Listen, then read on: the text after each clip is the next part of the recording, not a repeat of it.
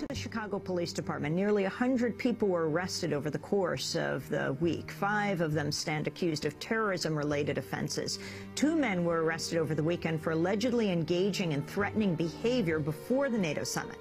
Sebastian Senakowicz was charged with falsely making a terrorist threat, and Mark Niwim was accused of attempted possession of explosives or incendiary devices. Before the weekend began, 3 activists were arrested on terror charges for an alleged plot to attack President Obama's campaign headquarters and other sites around Chicago during the NATO summit. Jared Chase, Brent Betterly, and Brian Jacob Church are accused of conspiracy to commit terrorism, material support for terrorism, possession of explosives. Police say they recovered materials for making Molotov cocktails in a raid last week, but attorneys for the so-called NATO 3 say they were set up by government informants who planted the explosives. Supporters also say police seized equipment that was used for brewing homemade beer. Thousands of protesters have flooded Chicago ahead of a NATO summit on Sunday. A huge showdown is expected later, with the police already on high alert. Around a dozen activists were arrested on the eve of the gathering. They were charged with conspiracy to cause terror. Office workers have been advised to dress like protesters in order to not be targeted. Well, authorities are bracing for a similar scene in Chicago this weekend. The North American Treaty Organization summit is nearing, and protesters are already filling the city's streets. Busloads more coming in tonight. Offices urging workers to swap their suits for casual clothes, preferably hoodies. No, they didn't say that. So they won't become targets. Banks closing down out of fear for customers and their own safety. But it is what it is, and this could get nasty, huh? Well, it does raise this question, and I think we all know the answer, of when the last time a Tea Party event required thousands of riot police to guard against violence and anarchy. It's never happened, and that's why it still irks me that there are supposedly good faith people out there that make these moral equivalences between the Tea Party protesters and this increasingly violent and anarchic Occupy movement.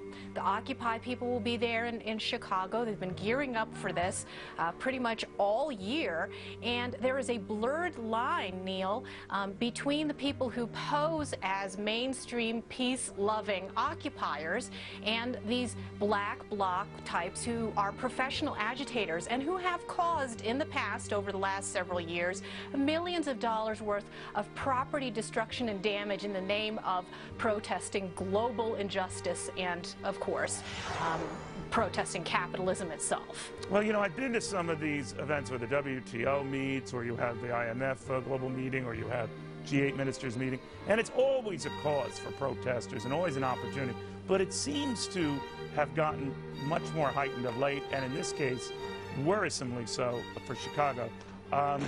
Any action against them is going to be treated disproportionately in the press. Is that justified? Yeah, and it's a toxic cauldron because you have certain basic elements, necessary ingredients for these leftist protests. People who are there to antagonize police officers, and after every single one of these WTO riots, I think the most prominent in my mind was the 1999 WTO riot in Seattle, right, where the city was completely unprepared. And that's what I worry about here too in Chicago. And I understand that they're going to be importing extra law enforcement from other nearby cities, Milwaukee, Philadelphia. They'll all be coming in. But the stance is always a defensive one. They know that the media and the leftists and the progressives are going to always put the blame on them, and it's taxpayers and business owners, of course, who are going to end up with the bill for all of this. I think the demagoguery and the class warfare rhetoric has never been called out, particularly by this administration. It'll be nasty. And somebody's got to question that.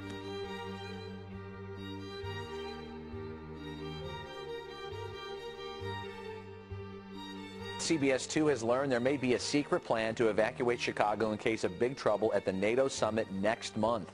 The Red Cross in Milwaukee is apparently reaching out to volunteers to help prepare shelters for any Chicagoans who are suddenly relocated. CBS 2's Mike Parker uncovered the story. CBS 2 News has obtained a copy of Milwaukee area Red Cross emails sent out to volunteers. The message suggests a possible plan to evacuate residents of the city of Chicago during the NATO summit. The conference, the email says, may create unrest or another national security incident. The American Red Cross in southeastern Wisconsin has been asked to place a number of shelters on standby in the event of evacuation from Chicago.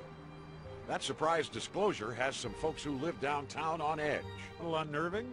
Very unnerving. I feel a little bit unsafe, just a little, maybe a little bit more than a little bit. Doesn't make me feel like I want to be in the city during the NATO conference. I'm lost for words because I absolutely have no idea what that entails. According to a Wisconsin Red Cross spokesperson, the evacuation plan is not theirs alone. She told us, "Our direction has come from the city of Chicago and the Secret Service." However, officials at the Office of Emergency Management and Communication told us tonight the directive did not come from them. The Secret Service did not return our phone calls.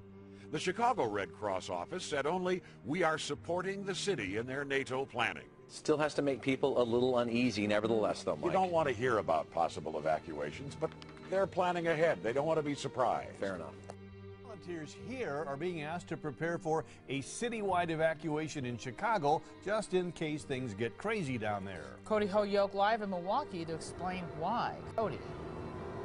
Well, Mike and Carol, here in southeast Wisconsin, emergency management officials, even volunteer groups like the Red Cross, are getting ready to help in a plan to evacuate Chicago should a worst-case scenario strike during the summit. Given the current political climate, this conference may create unrest or another national security incident.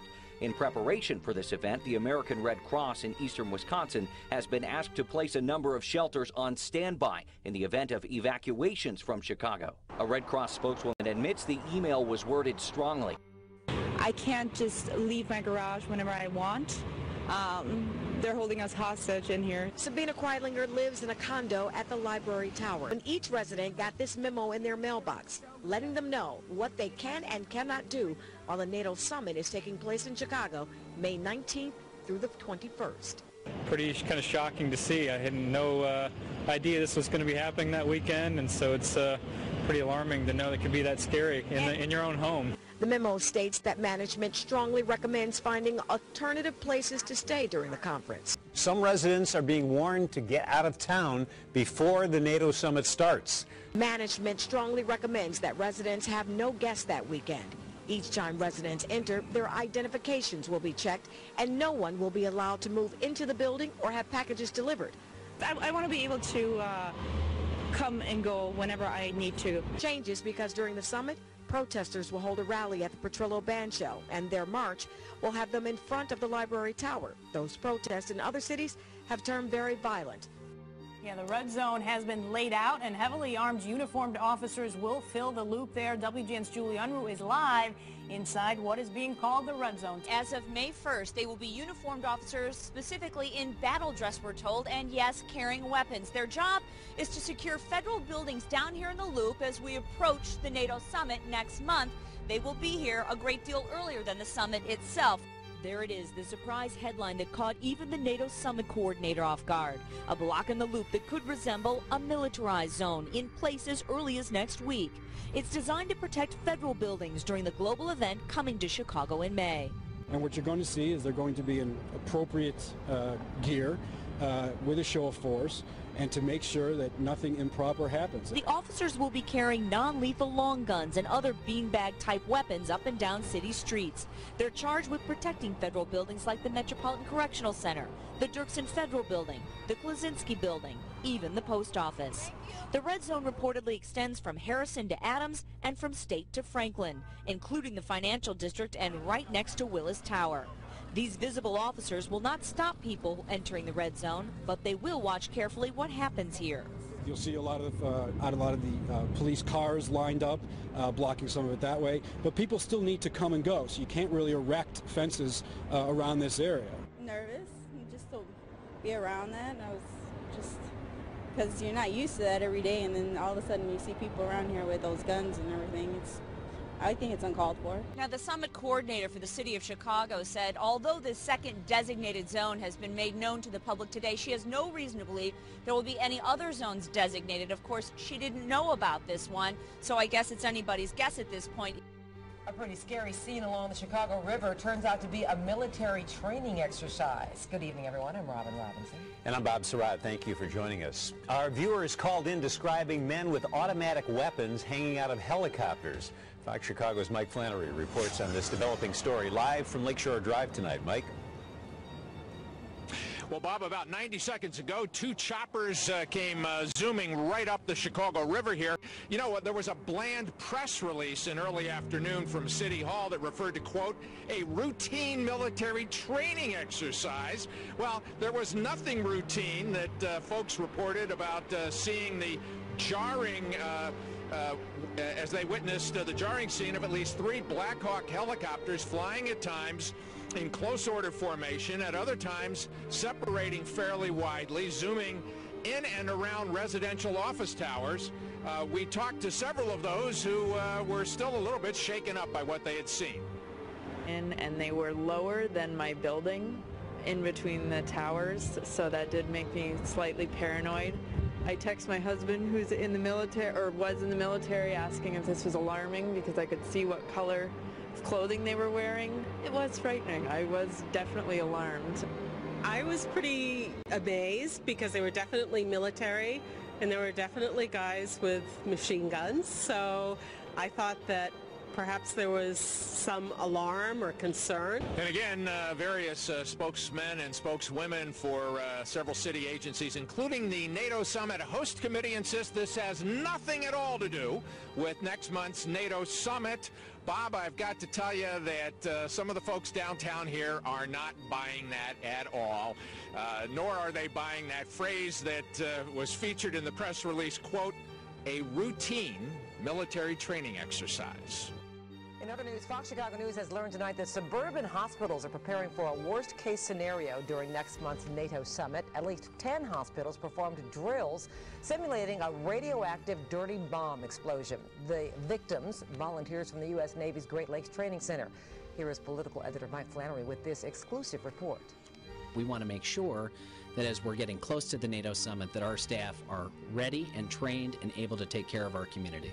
So that's why an estimated 500 medical professionals and other volunteers held drills like this at 10 North Suburban hospitals yesterday, including Evanston Hospital. They donned bulky protective suits, tested radiation detectors, and ministered to about 100 U.S. Navy recruits. They were posing as victims of a so-called dirty bomb that had exploded, leaving their skin covered with deadly radioactive cesium. Doctors and nurses would have risked their own lives if they had begun treating the wounded before they were cleansed of radiation. Dr. Temple said yesterday's dirty bomb scenario had been worked out in conjunction with the Secret Service and the Federal Department of Homeland Security. U.S. authorities are also preparing in the days ahead to deploy black-suited federal agents in and around downtown's federal buildings. They'll set up checkpoints at entrances to the zone and at individual buildings. From there to the hospitals that are getting ready, including Evanston, where a young intern tried on a protective hood this evening, the watchword is be prepared. Federal authorities said there is no specific credible threat of an attack inside the United States, but they did add a new note of urgency today, warning that a so-called lone wolf terrorist could try to mark the first anniversary next week of the killing of Osama bin Laden. Robin?